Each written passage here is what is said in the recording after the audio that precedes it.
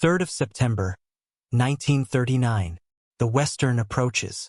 A convoy commodore aboard a merchant vessel marks his morning position on a salt-stained chart. 2 ships from the rear columns vanished overnight. No flares, no wireless distress, only empty coordinates where hulls had been 12 hours before. The Admiralty had entered the war confident. ASDIC equipment, refined through 2 decades of peacetime trials, promised underwater detection at ranges measured in hundreds of yards. Depth charges stood ready in their racks. Escort commanders expected contact, classification, and destruction, a clean geometric solution to the submarine threat. But the reality forming in those cold Atlantic waters told a different story. U-boats struck from darkness, exploited thermal layers, and disappeared into acoustic shadows that no ping could penetrate. The ocean kept its secrets. Yet within 3 years, that same ocean would become the enemy's betrayer, broadcasting the unique voice of every propeller, every gear, every bearing that turned beneath the waves. 3rd of September, 1939, to December, 1941. The Western approaches and North Atlantic. War came to the merchant fleets with silent mathematics. In the first 16 months, German U-boats sent more than 5 million gross registered tons to the bottom: tankers, freighters, ammunition ships, grain carriers. Each sinking represented not just steel and cargo, but the calculus of starvation, the algebra of survival. Britain imported 43 million tons of food and materials annually in peacetime. Cut that artery, and the island would bleed out in months. Admiral Karl Donitz, commander of the U-boat arm, Befehlshaber der U-Boot, abbreviated BDU, formalized the Rudel tactic in late 1939. English-speaking navies called it the Wolf Pack. The principle was elegant and brutal. Concentrate multiple boats against a single convoy, strike at night on the surface where ASDIC proved useless, overwhelm the escorts with simultaneous attacks from multiple bearings. A single Type 7 U-boat carried 14 torpedoes. A pack of 8 boats fielded over 100 weapons against 30 or 40 merchants guarded by perhaps 4 escorts. British Western Approaches Command, headquartered in Liverpool, refined convoy routing and escort tactics throughout 1940 and 1941. Routing officers studied U-boat position reports radioed by HF/DF direction-finding stations. They plotted courses to avoid known patrol lines. But the Atlantic is vast, and intelligence arrived hours or days late. A convoy steaming at 8 knots covered less than 200 miles in 24 hours. A surfaced U-boat made 17 knots, fast enough to chase down any merchant and nearly match an escort's best speed. The early escorts, flower-class corvettes named for garden blooms, vessels like HMS Gladiolus and HMS Clematis, carried Type 123 or Type 128 ASDIC sets and a single 3-inch gun. Their crews numbered 6 officers and 85 men, most of them volunteers with no seagoing experience before the war. The corvettes pitched savagely in Atlantic swells, shipped green water over their open bridges, rolled 40 degrees in beam seas. Seasickness was universal. Exhaustion was chronic. A convoy escort might spend 20 days at sea without relief, steaming circular search patterns around 50 merchants spread across 10 square miles of ocean. ASDIC worked by sending an acoustic pulse downward and listening for the echo from a submerged hull. Effective range in good conditions reached 1,000 to 1,500 yards. But conditions were rarely good. Thermal layers, boundaries where water temperature changed rapidly with depth, bent sound waves unpredictably, creating shadow zones where submarines could hide. Turbulence from the escort's own propeller masked faint returns. High sea states generated noise that drowned weak echoes. And most critically, ASDIC required the target to be submerged. A U-boat running on the surface at night showed no acoustic signature that active sonar could detect. Detection rates before attack averaged below 10% in the first 2 years of the war. Convoy commodores recorded the pattern. Dusk fell, lookouts reported nothing, and at midnight or 0200 hours, torpedoes began ripping through the columns. By the time escorts reached the attack position, the U-boat had crash-dived and motored away at slow speed, presenting a minimal sound signature and vanishing into the thermal layers. Depth charge patterns required accurate position data. Without it, Escorts dropped explosives into empty water, hoping for luck. The Greenland air gap compounded the problem. Land-based aircraft could cover convoys for roughly 400 miles from Britain and 500 miles from Newfoundland. The mid-Atlantic remained beyond their reach until escort carriers and very long-range patrol bombers entered service in late 1942. In that gap, convoys steamed unprotected from above for 5 to 7 days. U-boats gathered there, radioed position reports to BDU headquarters in France, and assembled packs of 6 to 12 boats. Donitz coordinated attacks by radio, repositioning boats like chess pieces, concentrating force where convoys grew weakest. Admiralty War Diary assessments from late 1941 recorded the bitter lesson.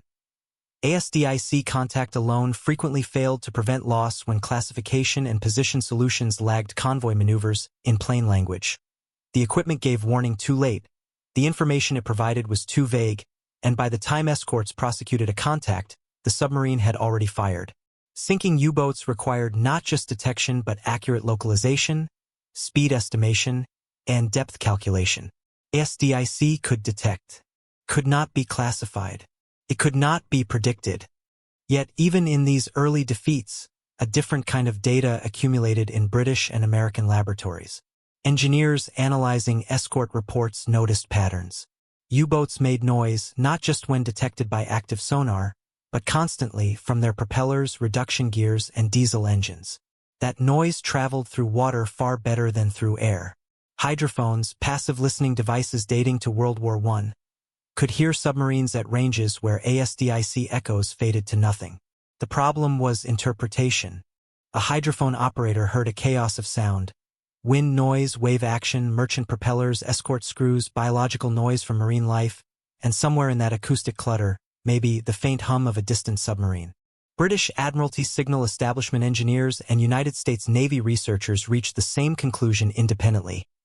Every propeller spoke with a unique voice, shaped by blade count, shaft speed, manufacturing tolerances, and wear patterns. If operators could be trained to recognize those voices, passive detection might extend the effective range from 1,000 yards to 5,000, even 10,000 yards. Contact before visual range. Contact before periscope depth.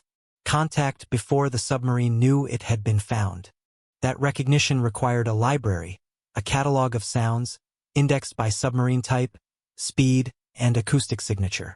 Building that library meant capturing submarines, running controlled tests, training hundreds of operators, and integrating passive acoustics into convoy doctrine. It meant transforming undersea warfare from a contest of blind men throwing punches in the dark to a hunt guided by sound itself. By December 1941, the pieces existed in theory. Laboratories had recorded U-boat propeller signatures from HMS Graf, the captured German submarine U-570, taken by British forces in August 1941 off Iceland. Training schools began experimental courses in passive acoustic recognition. Escort groups earmarked specialists for sound duty. The question was whether theory could become operational reality before the tonnage war tipped irreversibly toward defeat. Donitz calculated that sinking 700,000 tons per month would strangle Britain. In November 1941, U-boats sank 620,000 tons. The margin was closing, but engineers had concluded something else, something that would reshape the entire naval war. Every screw speaks differently. If operators could be taught to understand that speech, the ocean itself would become an allied force, betraying every submarine that moved beneath the waves. 1940 to 1942. Admiralty Signal Establishment Fairlie, Scotland, and United States Navy Underwater Sound Laboratory, New London, Connecticut. A technician at the Fairlie facility threads paper-coated oscillogram tape from a hydrophone recording run. Faint comb teeth bands cross the page, vertical lines spaced at regular intervals, representing pressure waves captured during a trial with HMS Graf steaming at 220 revolutions per minute. The bands cluster around specific frequencies: a strong fundamental tone at the shaft rotation rate, harmonics at integer multiples, and sidebands from gear mesh patterns in the reduction drive. Each pattern is as distinct as a fingerprint, if you know how to read it. The Fleet View of passive sonar in 1940 dismissed it as noisy and vague, suitable for confirming ASDIC contacts but unreliable for initial detection. Laboratory data told a different story. Controlled tests at Fairlie and New London demonstrated repeatable tonal sets tied directly to shaft speed and propeller blade count. A four-blade propeller turning at 220 RPM generated acoustic energy at 14.67 Hz, the shaft fundamental, and at 58.67 Hz, the blade rate frequency of four blades times shaft speed. Higher harmonics appeared at multiples of both frequencies, creating a spectral signature unique to that combination of blade design and shaft speed. Change the speed and the frequencies shifted proportionally. Change the propeller and the harmonic ratios changed. Add wear to bearings or gears and sidebands appeared that no new machinery produced. The Admiralty Signal Establishment had relocated wartime acoustic trials from Portland to Fairlie, a small facility on Scotland's west coast, isolated from shipping lanes and industrial noise. Their graph became the reference standard for German Type 7 submarine acoustics. Engineers ran the boat through precise speed profiles: 60 RPM, 100 RPM, 140 RPM, 180 RPM, 220 RPM, and maximum submerged speed at 280 RPM. At each speed, hydrophones recorded for 10 minutes, capturing the full acoustic signature under controlled conditions. Oscillograms preserve the data in analog form, archived in wooden cabinets indexed by date, speed, and environmental conditions: sea state, water temperature, salinity. The United States Navy Underwater Sound Laboratory followed parallel procedures, standardizing instrumentation and sharing data through the combined Allied Technical Exchange Program, established in mid-1941. Initial catalogs separated Type 7 boats from Type 9 boats, the two main German operational classes, by RPM band characteristics. Type 7 boats, smaller coastal submarines, had lower maximum shaft speeds and generated fundamentals between 8 and 19 Hz at patrol speeds. Type 9 boats, ocean-going submarines with greater displacement and longer range, produced slightly higher fundamental frequencies at equivalent patrol speeds due to different reduction gear ratios. The differences amounted to fractions of a Hertz at slow speeds, requiring sensitive equipment and trained operators to distinguish. But at higher speeds, above 180 RPM, the signatures diverged clearly. A Type 9 at 200 RPM generated harmonics distinct from a Type 7 at the same shaft speed because the propeller blade count and gear ratios differed. Allied analysts noted something else in the data: manufacturing tolerances and gear wear generated boat-level variations within a class. Two Type 7 boats built in the same shipyard in the same month, equipped with nominally identical propellers and machinery, yielded measurably different beat patterns when recorded side by side. One boat's gearbox produced a low-frequency modulation at 3.2 Hz, likely from slight eccentricity in a gear wheel. The other boat lacked that modulation but showed a higher frequency flutter at 28 Hz, probably from bearing wear. These microsignatures meant that, in theory, individual submarines could be identified and tracked across multiple encounters, if operators learned to recognize the differences and if the library grew comprehensive enough to index every operational U-boat. 1942 inter-service notes between British Admiralty researchers and United States Navy acoustic staff stated that screw noise spectra show persistent signatures under speed changes, recommending creation of a comprehensive reference library. The implication was profound. A trained operator, listening through headphones connected to a ship-mounted hydrophone array, could potentially identify not just whether a contact was hostile, but which class of submarine at what approximate speed and, eventually, which specific boat. That level of classification transformed passive sonar from a vague detection tool into a tactical intelligence system. The evidence base justified formal training syllabi and a shift in operational doctrine from simple binary detection, contact or no contact, to layered recognition.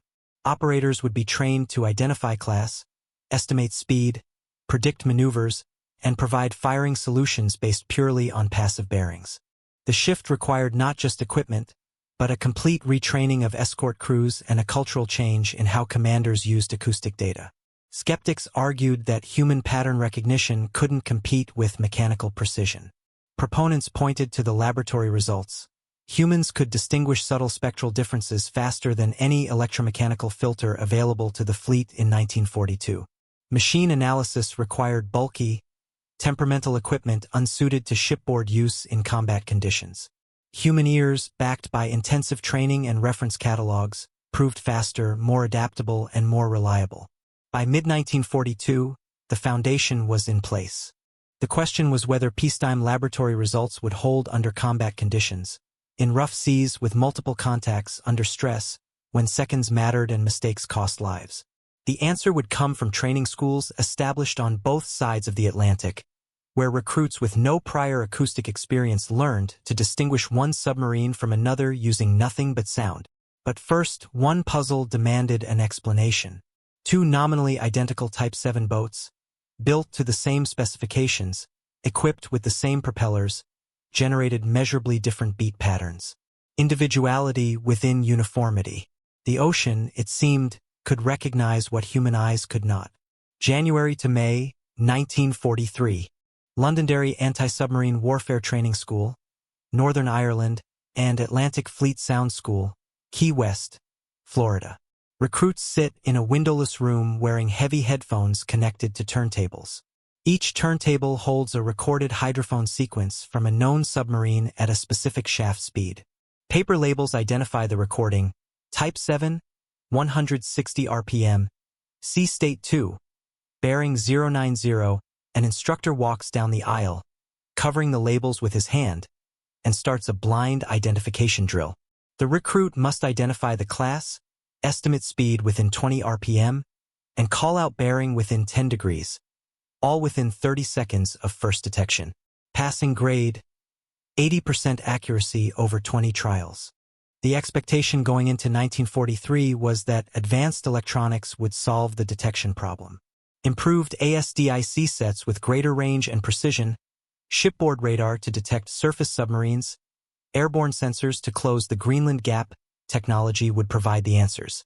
Reality proved more subtle.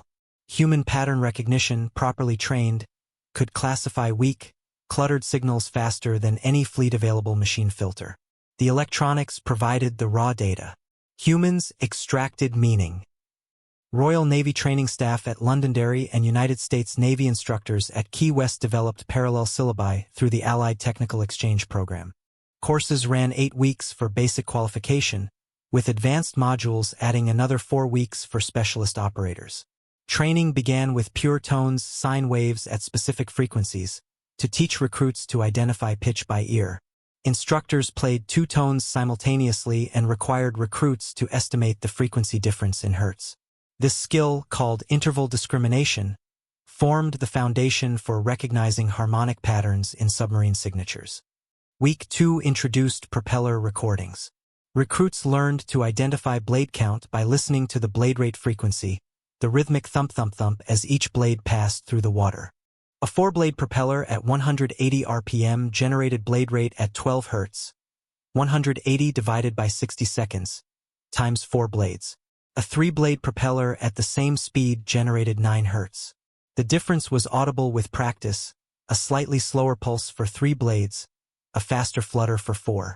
Recruits practiced on recorded sequences, then moved to live hydrophone feeds from training submarines making controlled runs past the school's listening stations. Week 3 covered speed estimation from tone. Shaft frequency and blade rate frequency scaled linearly with shaft speed, assuming propeller slip remained constant. A submarine generating an 8 Hz shaft fundamental was turning approximately 120 RPM if it used a standard German reduction gear ratio. Increase the shaft fundamental to 12 Hz and estimated speed rose to 180 RPM. Recruits learned lookup tables, fundamental frequency to estimated speed for Type 7, Type 9, and other submarine classes.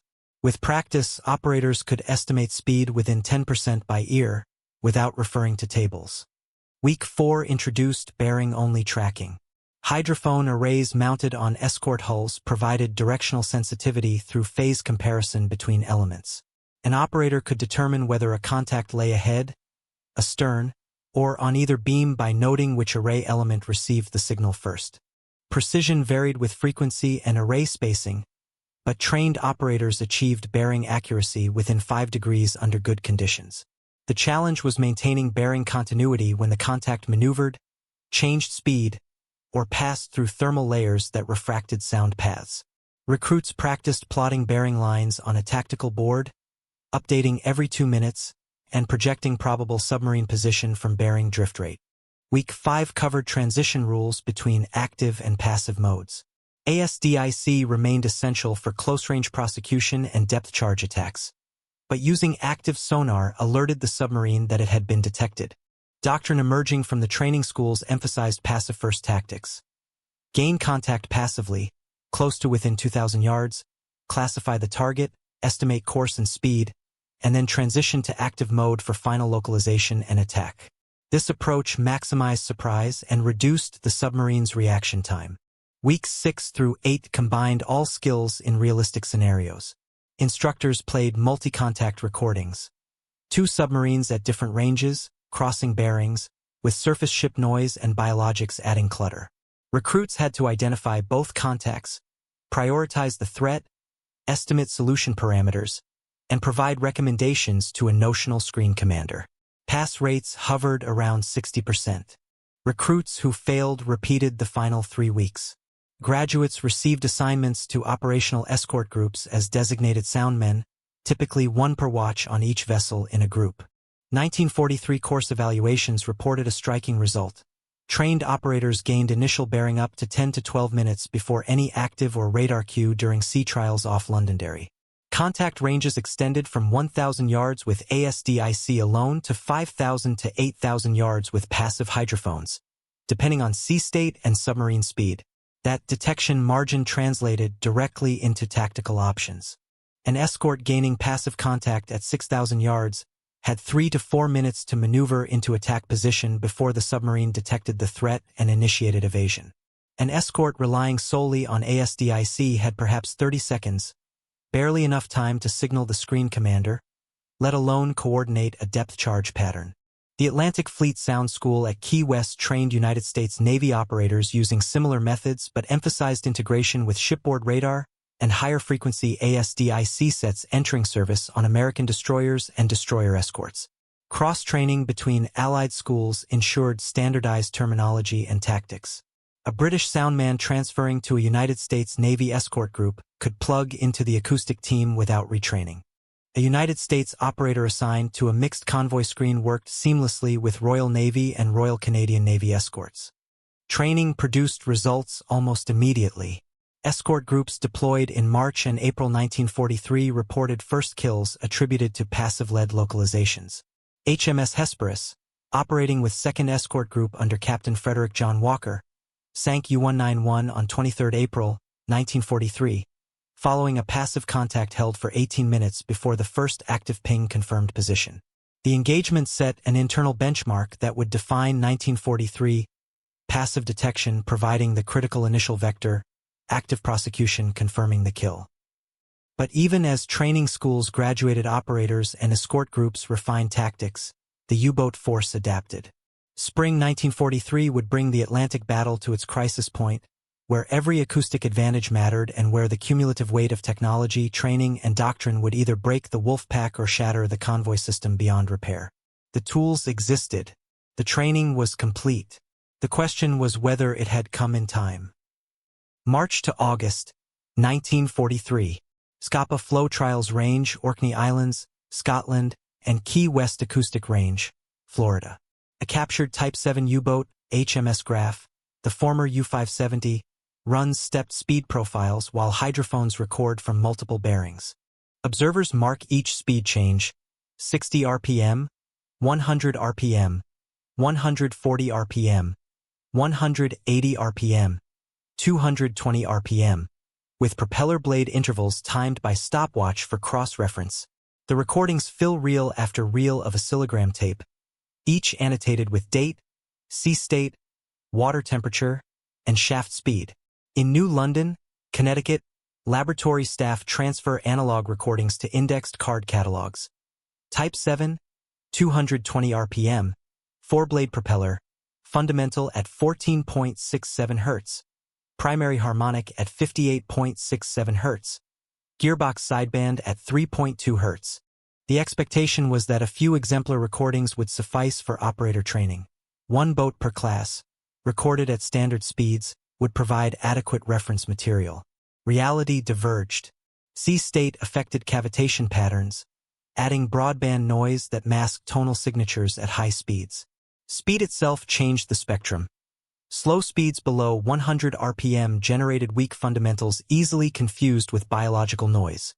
High speeds above 220 RPM produced strong cavitation that drowned harmonic structure. Load conditions mattered. A fully loaded boat with torpedoes and maximum fuel rode lower, changing propeller immersion depth and altering acoustic radiation patterns, where complicated everything. Bearings degraded over patrol cycles, gear teeth pitted from salt water contamination. Propeller blades developed nicks and corrosion that scattered acoustic energy unpredictably. The library had to be large and exhaustively annotated to cover operational variables. Royal Navy and United States Navy Joint Analysis Teams expanded the catalog throughout 1943. HMS Graf provided the Type 7 reference baseline. United States forces captured U-505 off the West African coast in June 1944, adding a Type 9 baseline. Both boats underwent extensive acoustic trials at Scapa Flow and Key West. Engineers ran them through full-speed ranges in calm water, moderate seas, and heavy seas. They recorded at different depths, periscope depth at 15 meters, deep running at 100 meters, documenting how depth affected acoustic propagation. They measured self-noise, the sound the submarine's crew heard from their own machinery, critical for understanding whether U-boats could detect approaching escorts by listening to escort propellers. Paper oscillograms evolved into standardized reference cards. Each card indexed fundamental shaft frequency, blade rate frequency, and prominent gearbox sidebands, with annotations for speed, load, and environmental conditions. Early card catalogs cross-referenced RPM bands with submarine class and likely patrol areas.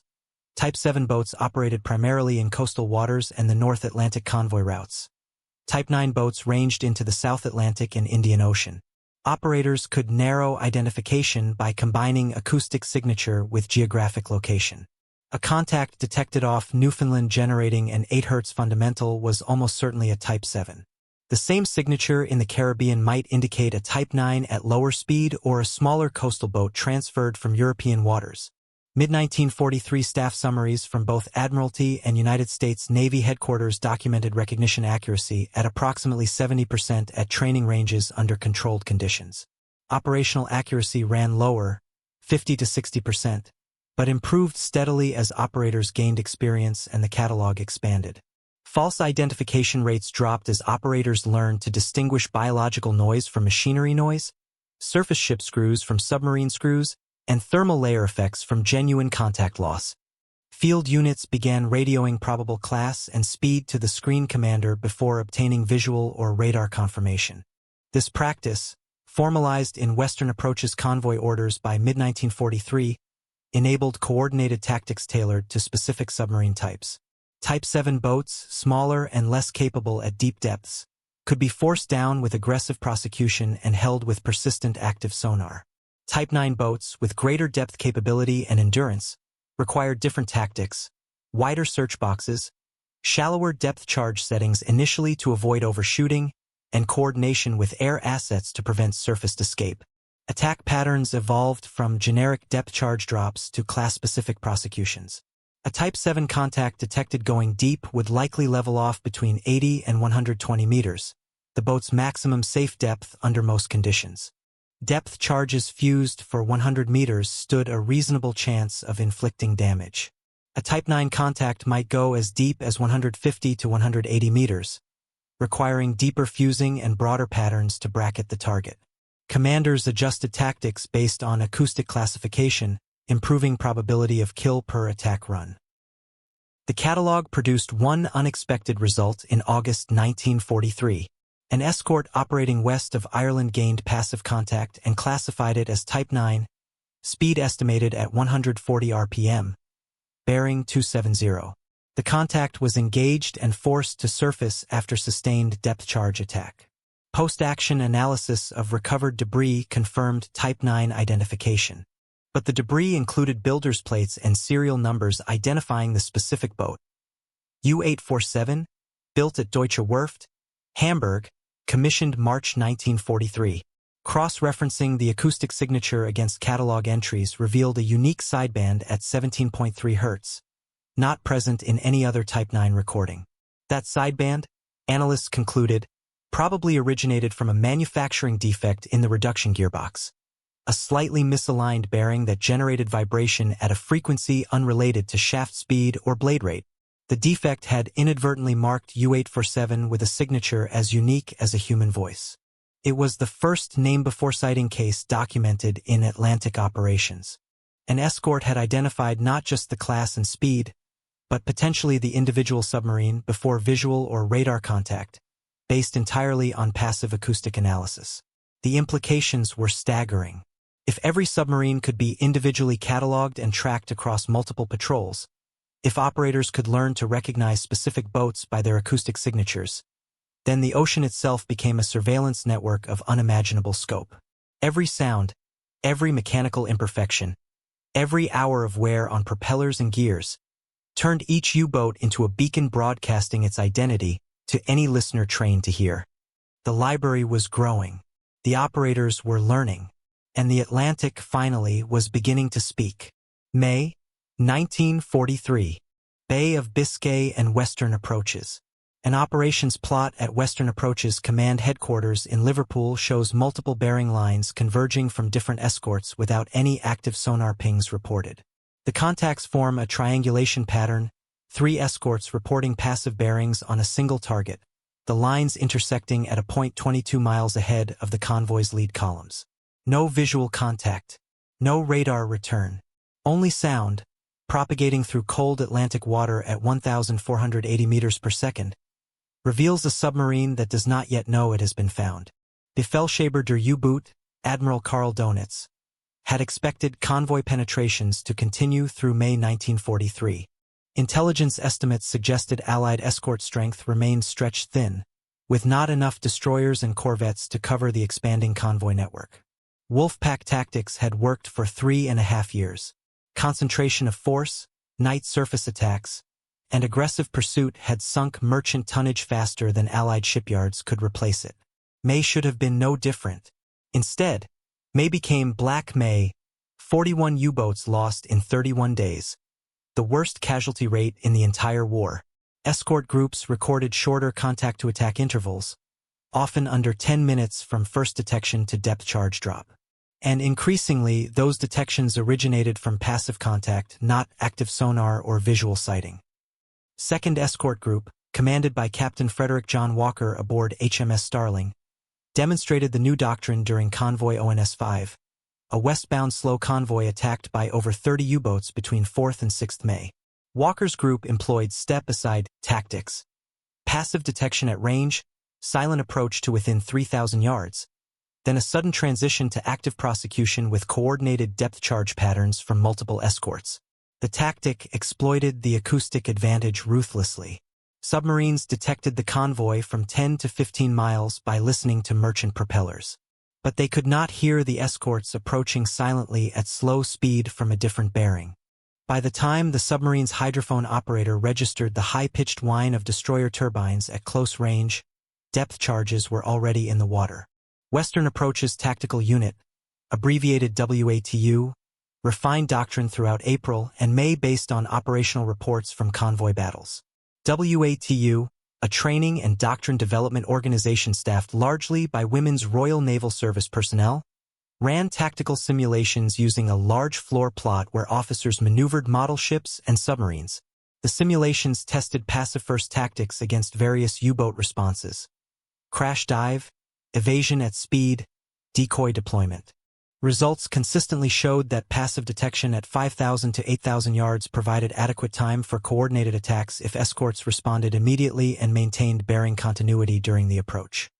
High-frequency direction finding, abbreviated HF/DF, pronounced HUF-DUF, complemented passive acoustics by locating submarines transmitting position reports to BDU headquarters.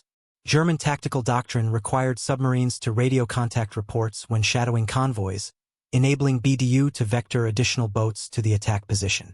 Each transmission gave Allied direction-finding stations a bearing line. Multiple stations produced a fix usually accurate to within 20 miles. HF/DF did not provide range, only bearing, but combined with passive acoustic contacts, It allowed convoy escorts to build a complete tactical picture. Submarine positions, probable courses, and attack timing. Aircraft extended the detection box beyond hydrophone range. RAF Coastal Command operated very long-range liberators equipped with centimetric radar capable of detecting surface submarines at 10 to 12 miles in good weather. The radar, designated ASV Mark III, used 10-centimeter wavelength transmissions that German Metox radar detectors could not intercept, eliminating the advance warning U-boats had enjoyed with earlier long-wave radars. Aircraft cued surface escorts with contact positions, then illuminated the target with searchlights for visual bombing runs or depth charge attacks. The combination, HF/DF, passive acoustics, and airborne radar, created a layered detection network with no gaps. A U-boat attempting to shadow a convoy had to transmit position reports, revealing itself to HF/DF. It had to close within torpedo range, revealing itself to passive hydrophones. And it had to surface eventually to recharge batteries, revealing itself to aircraft radar.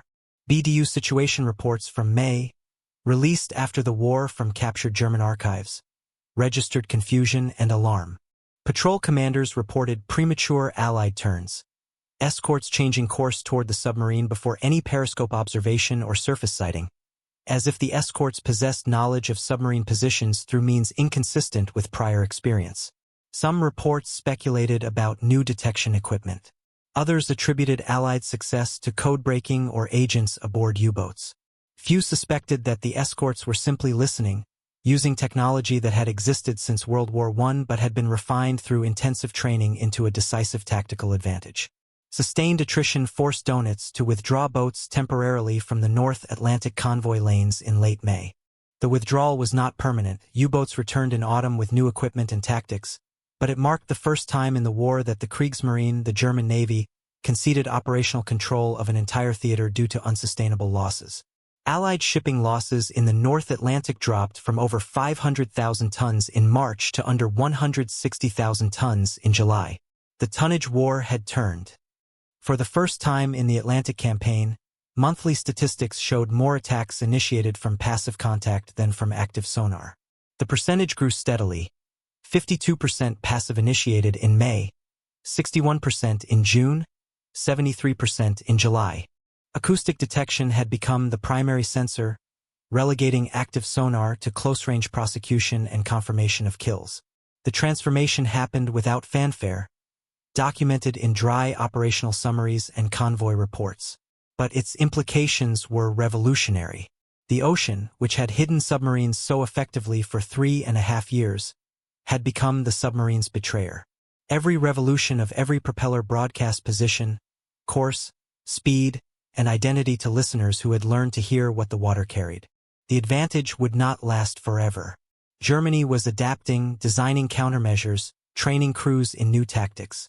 But for the critical months of spring and summer 1943, the acoustic advantage tipped the balance decisively toward the convoys. And in a war where tonnage determined survival, where food and fuel and ammunition crossed the Atlantic in the holds of vulnerable merchants, that shift made the difference between starvation and endurance, between collapse and continuity.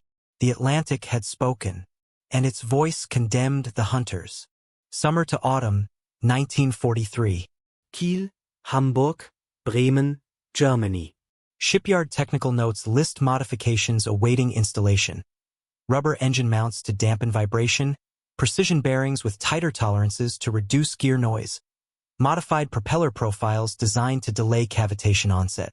Each modification promises incremental reduction in acoustic signature. But scarce materials, manganese for steel alloys, natural rubber for isolators, precision machine tools for bearing production, delay implementation. Allied strategic bombing raids target industrial infrastructure, disrupting supply chains and forcing yard workers into air raid shelters 3 or 4 nights per week. Production schedules slip month after month. Few U-boats deploy with complete acoustic reduction packages. Countermeasure development had begun before the war's acoustic crisis became apparent. Alberich, an anechoic tile coating designed to absorb active sonar pulses, entered trials in 1942. The tiles, made of synthetic rubber embedded with air cavities, covered the submarine's pressure hull, and reduced sonar return strength by scattering and absorbing acoustic energy. Tests at Baltic ranges showed 20 to 30% reduction in ASDIC detection range under ideal conditions. But Alberich tiles added weight, reduced maximum diving depth due to compression effects, and proved fragile in service. They delaminate in rough seas, particularly around the bow where water pressure and flow turbulence peaked. Only a handful of boats received Alberich coating, and most removed it after 1 or 2 patrols due to maintenance difficulties. Quieter propellers entered production more successfully. The Kriegsmarine tested multiple blade profiles, varying pitch distribution and blade area to minimize cavitation, the formation of vapor bubbles that collapsed violently, generating broadband noise audible at long ranges. Optimal designs traded maximum speed for acoustic stealth, reducing cavitation onset speed from 18 knots to 15 knots but cutting radiated noise by 40 to 50% at patrol speeds below 12 knots. The modified propellers, designated Type MAN and Type BBC after their manufacturers, equipped new construction boats starting in mid-1943. Existing boats in refit received propeller replacements as production capacity allowed. But manufacturing precision mattered enormously. A propeller blade machined slightly off specification generated vibration and noise that negated the entire design benefit. Quality control in German yards, never perfect, degraded further under bombing pressure and labor shortages. Snorkels, retractable breathing tubes allowing diesel operation while submerged, promised to eliminate the need for surface running and the associated vulnerability to radar detection. Snorkel design dated to pre-war Dutch submarines captured in 1940, but German development lagged until 1943. The device consisted of a retractable mast with intake and exhaust valves, a head valve that closed automatically when waves washed over the intake, and a pressure equalization system for the boat's interior. Snorkels allowed submerged transit at periscope depth, recharging batteries without surfacing. But they introduced complications. The head valve slamming shut in heavy seas caused rapid pressure drops inside the boat, painful to ears and sometimes violent enough to damage equipment. Exhaust gas leakage contaminated interior atmosphere with carbon monoxide. And critically for acoustic warfare, snorkel operations generated distinct noise signatures. Diesel exhaust bubbling from the exhaust valve, suction noise from the intake valve cycling, and flow noise around the mast itself. Operators trained to recognize propeller signatures adapted quickly to snorkel signatures, adding them to the reference catalog. Type 21 submarine, an entirely new design with streamlined hull, greatly increased battery capacity, and nearly silent electric propulsion at low speeds, represented Germany's most ambitious countermeasure. Design specifications called for submerged speed of 17 knots, faster than most Allied escorts, and endurance of 300 miles at 6 knots on battery alone, eliminating the need for frequent snorkeling. Acoustic signature at 6 knots was projected to be 1/5 that of a Type 7 at equivalent speed.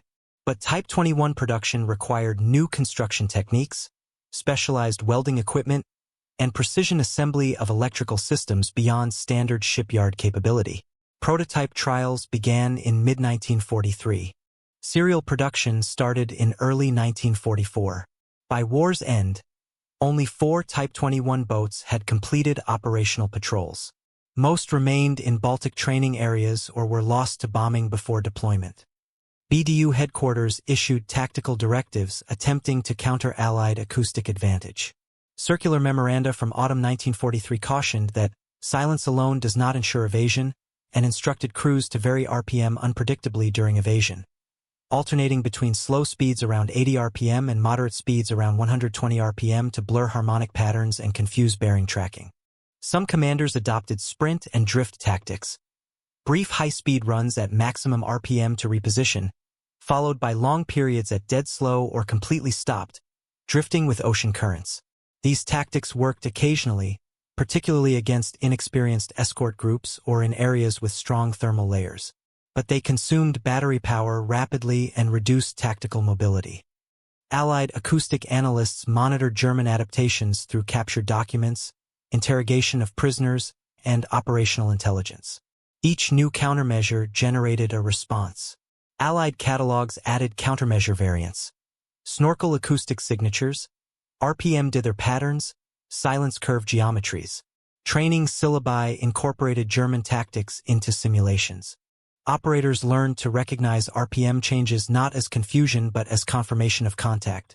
Only a submarine trying to evade would vary speed so dramatically. Snorkel signatures became high-priority targets, because snorkeling submarines were constrained to periscope depth and relatively slow speeds, making them vulnerable to coordinated attacks. Even boats equipped with quieter hardware generated detectable signatures. Acoustic testing of captured propellers revealed that gear wear, bearing degradation, and shaft alignment drift introduced sidebands that no design improvement could eliminate. A brand new propeller on a new boat generated a clean spectrum. After one patrol cycle, 6 to 8 weeks at sea, with several deep dive evasions, hundreds of hours at varying speeds, the same propeller acquired were patterns that scattered acoustic energy unpredictably. Those were signatures, unique to each boat's operational history, became more distinctive over time. A veteran boat on its 5th patrol radiated a complex, recognizable pattern of harmonics and sidebands that operators could identify even at weak signal levels. Allied escort groups reported recognizing sidebands that revealed gear wear, signatures no tile, no propeller modification, no tactical doctrine could hide. The ocean betrayed mechanical imperfection as readily as it betrayed machinery noise. And every U-boat that survived long enough to complete multiple patrols accumulated wear, announcing its presence more clearly with every additional hour of operation. Germany adapted, implemented countermeasures, trained crews in new tactics. But the adaptations came too late, arrived piecemeal, and could not overcome the fundamental problem. Machinery makes noise, where creates signatures, and trained listeners could exploit both. The acoustic advantage belonged to the escorts, and it would remain with them until the war's end. October 1943. Convoy ONS-20, North Atlantic, southwest of Iceland. An escort's plot board shows a bearing line from a passive contact, steady at 285 degrees.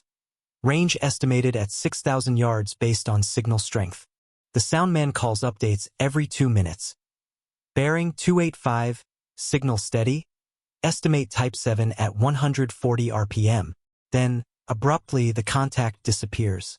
The soundman reports, lost screw. Last bearing 285, 0942 Zulu.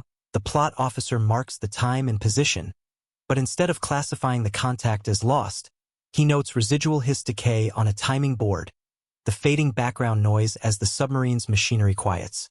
Hiss decay rate and bearing drift become the new tracking parameters. Silence itself has become a signature. U-boat crews believed that going dead slow or stopping screws entirely would erase acoustic detection. The logic appeared sound. No propeller noise, no machinery noise, no detection. Early in the war, the tactic worked. Escorts lost contact when submarines stopped, depth-charged empty water based on outdated position estimates, and resumed patrol duties while the submarines slipped away. But by autumn 1943, escort soundmen had learned to exploit what became known as the silence curve, the mathematical relationship between decay time, bearing drift, and probable submarine position. When a submarine stopped its propellers, acoustic energy from its machinery didn't cease instantly.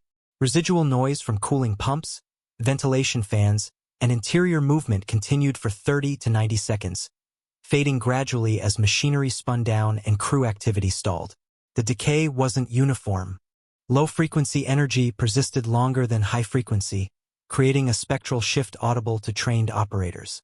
Measuring that shift provided information about how long the submarine had been silent and whether it had genuinely stopped or merely reduced to ultra-slow speed. Bearing drift provided additional data. A submarine adrift in ocean currents moved at roughly half a knot to 1 knot, depending on current strength and sea state. Bearing drift rate, measured over 10 to 15 minutes, revealed whether the contact was drifting or actively maneuvering at very slow speed. Active maneuvering at speeds below 3 knots generated minimal propeller noise but maintained steerage, producing subtle bearing changes inconsistent with pure drift. Operators tracked these micro-changes, plotting projected positions based on drift curves calibrated from thousands of training exercises and operational engagements. Western Approach's tactical unit added silence pattern procedures to doctrinal notes circulated to escort groups in October 1943. The procedures formalized what experienced commanders had learned empirically. Losing propeller noise did not mean losing the target. Instead, escorts launched creeping attacks, depth charge runs based on projected drift rather than live acoustic tone. The escort approached the last known position at slow speed, minimizing its own noise signature, plotting a search box based on maximum probable drift distance. Depth charges were set shallow initially, to force the submarine deeper or to surface if ballast control was compromised. Then deeper patterns followed if no result occurred.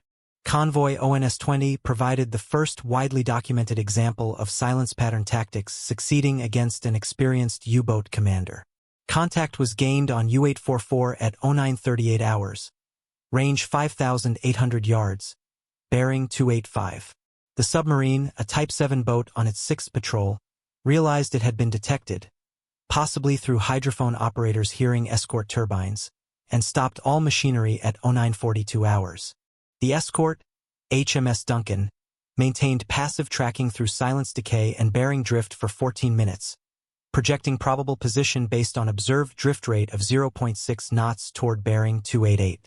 Duncan launched a creeping attack at 0956 hours, dropping a 5-charge pattern set for 80 meters depth. U-844 surfaced at 10:01 hours with severe damage to afterballast tanks and pressure hull leaks, surrendering to Duncan at 10:07 hours. Post-action reports attributed the kill to tracking the absence after loss of propeller tone.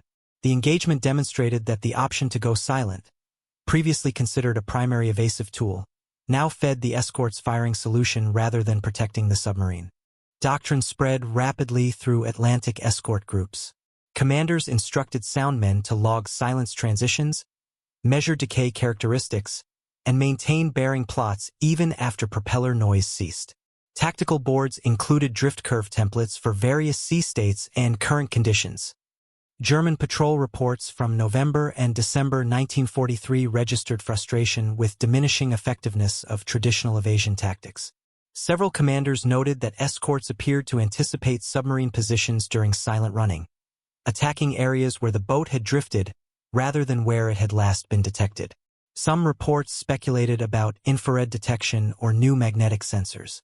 Few suspected that the escorts were simply listening to silence itself and extracting tactical information from the absence of sound. The shift represented a fundamental change in underwater warfare's information environment. In the war's early years, submarines controlled information. They could see through periscopes, listen through hydrophones, and choose when to reveal their presence by attacking. Escorts reacted to information the submarine provided: torpedo wakes, visual sightings, or ASDIC contacts at close range. By late 1943, that dynamic had inverted. Escorts gained information continuously through passive listening, classified contacts at long range, and maintained tracking even when submarines attempted to disappear. Every tactical option available to the submarine, speed changes, course alterations, depth changes, going silent, generated information that trained operators exploited. No sound was now actionable intelligence. The ocean, once an ally concealing submarines in its vastness, had become an analytical medium that turned every absence into a coordinate, every silence into a vector, every attempt at stealth into confirmation of presence. Acoustic dominance was complete. 1944. Western approaches and Bay of Biscay. An RAF Coastal Command Liberator, call sign Zebra 47, drops a pattern of AN/CRT-1 sonobuoys along a suspected transit route used by U-boats leaving French bases for Atlantic patrol areas. Each sonobuoy, an expendable listening device with a hydrophone, radio transmitter, and battery pack, floats on the surface, its hydrophone suspended 30 feet below on a weighted cable. The buoy transmits acoustic data over VHF radio to the aircraft circling overhead at 2,000 feet. A radio operator aboard Zebra 47 monitors 6 channels simultaneously, headphones pressed tight against his ears, listening for the characteristic low-frequency hum of diesel engines or the higher-pitched whine of electric motors. At 14:23 hours, Channel 3 registers a contact. The operator calls it out. Channel 3, bearing 110 relative, signal strength 4, assess diesel plant, course southwest, the aircraft navigator plots the bearing line from sonobuoy 3's known position. 2 minutes later, Channel 5 registers the same signature. Channel 5, bearing 085 relative, signal strength 3, same contact, the navigator crosses the bearing lines. Intersection point, 49 degrees 30 minutes north, 10 degrees 12 minutes west. Range from aircraft, 18 miles. The Liberator adjusts course, drops 2 more buoys to refine the contact's position and track its movement, then transmits contact data to Surface Escort Group Bravo 7, operating 25 miles northeast. The entire detection and queuing sequence takes 7 minutes. U-boats had expected that surfacing in the central Bay of Biscay, over 100 miles from the nearest land, would provide relative safety from air attack during battery charging. Reality shattered that expectation throughout 1944. Sonobuoy's extended aircraft detection capability from visual/radar range, 10 to 12 miles in good weather, to acoustic range measured in tens of miles, depending on submarine depth and speed. A U-boat snorkeling at periscope depth generated diesel exhaust noise and intake valve cycling sounds detectable by sonobuoys at ranges up to 15 miles in calm seas. A submerged boat running on electric motors produced fainter signatures but remained detectable at 8 to 10 miles if traveling above 6 knots. The AN/CRT-1, developed by the United States and supplied to Allied forces under Lend-Lease, represented the war's first operational expendable sonobuoy. Earlier systems used reusable buoys deployed by surface vessels, requiring recovery after each mission, a time-consuming process that limited deployment flexibility. The AN/CRT-1 cost approximately $32 per unit, cheap enough for expendable use. Each buoy operated for 1 to 3 hours before battery exhaustion, sufficient for a patrol aircraft's typical station time over a search area. Aircraft carried 12 to 24 buoys, deploying them in barrier patterns across likely transit routes or in search grids around suspected contact positions. RAF Coastal Command and United States Navy patrol squadrons integrated sonobuoy tactics into standard patrol doctrine by mid-1944. Aircraft dropped initial buoys along historical transit routes, monitored for contacts, and refined searches by deploying additional buoys to triangulate submarine positions. Once a contact was localized to within 2 miles, the aircraft either prosecuted directly with depth charges or guided surface escorts to the target. Triangulation required bearing data from at least 3 buoys. 4 or more buoys provided redundancy and improved accuracy, particularly when submarines maneuvered during tracking. Acoustic buoys combined with HF/DF and centimetric radar to create a layered detection grid with no gaps in coverage. A U-boat transiting the Bay of Biscay to reach Atlantic patrol areas faced systematic detection. HF/DF located boats transmitting position reports or receiving orders from BDU headquarters.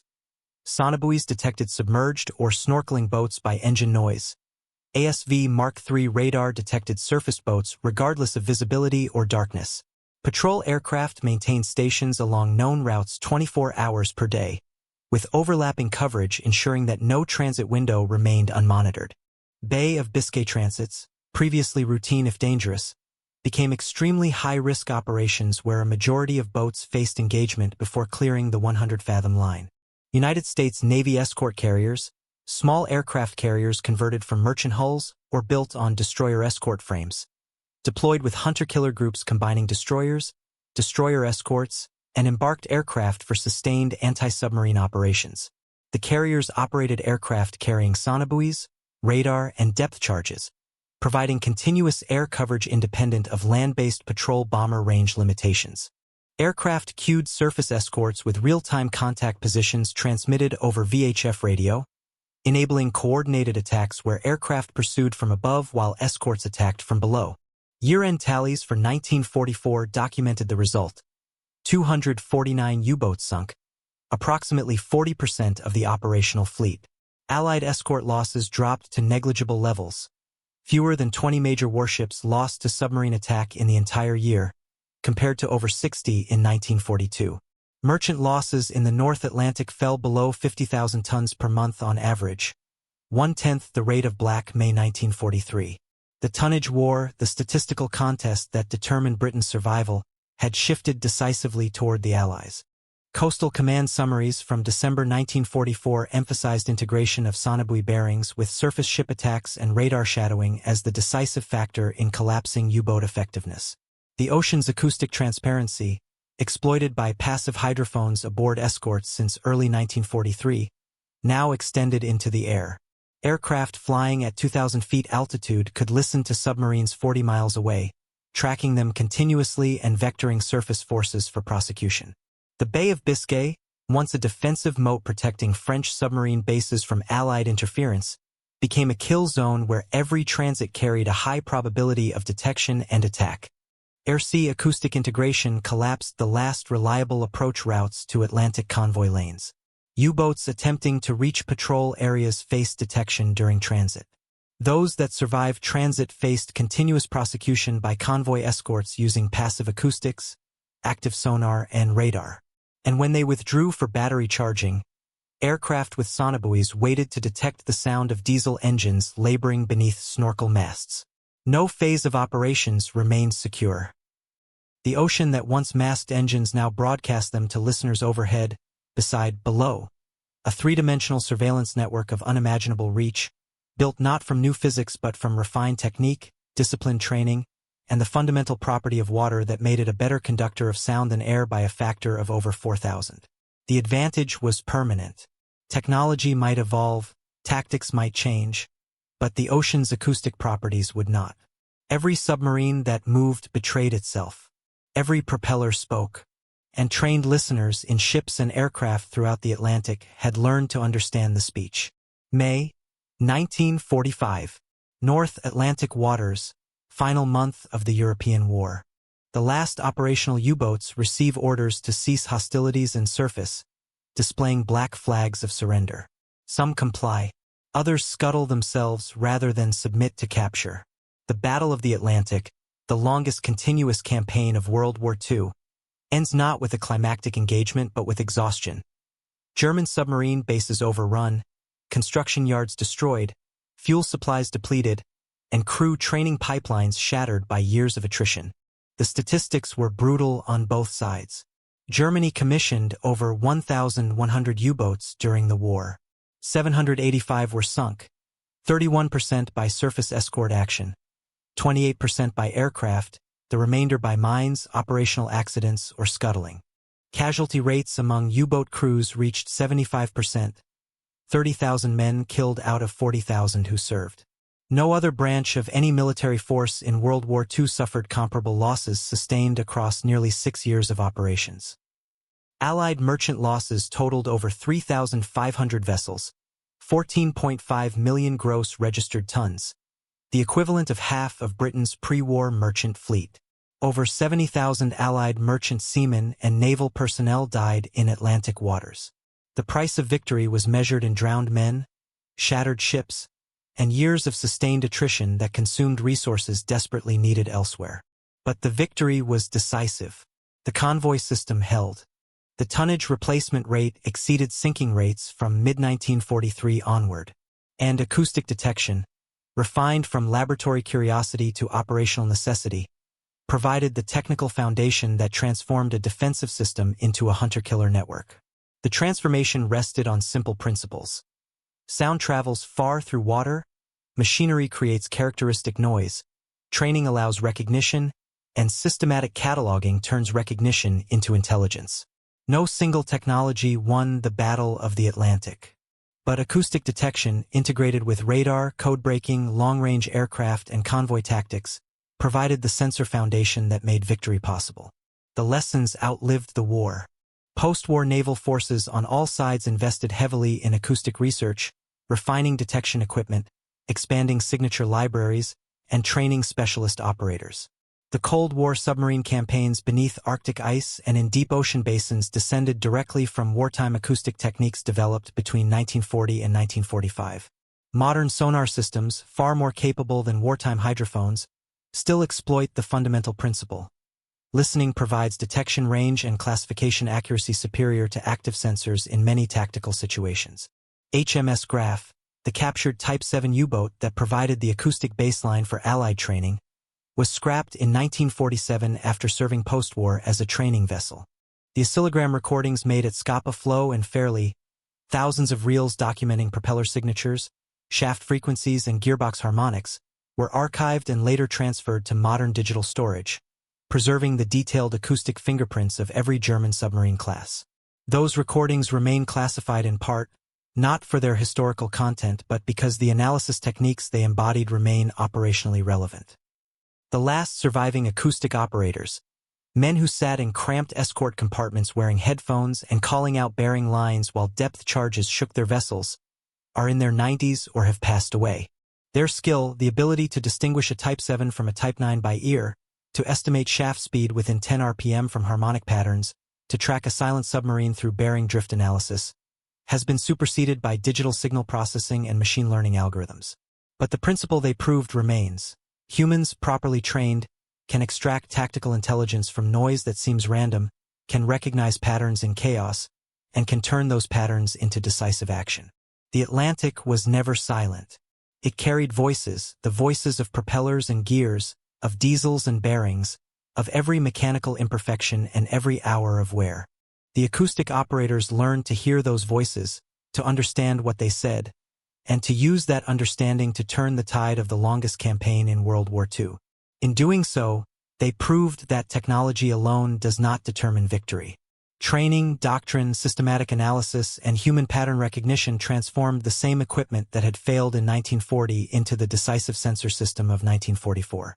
The ocean still speaks, and modern navies, descendants of those wartime escort groups, still listen with tools refined but not fundamentally changed from the hydrophones and oscillograms of the Battle of the Atlantic. The story of acoustic detection is not merely historical.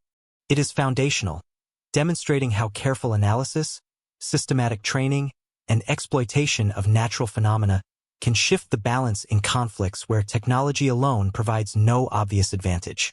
That lesson, drawn from cold Atlantic waters and the patient work of operators who listened while others fought, remains relevant wherever sound carries information and where trained ears can transform that information into understanding. What is your perspective on this part of history? Share your thoughts in the comments, because every memory and reflection helps keep the past alive.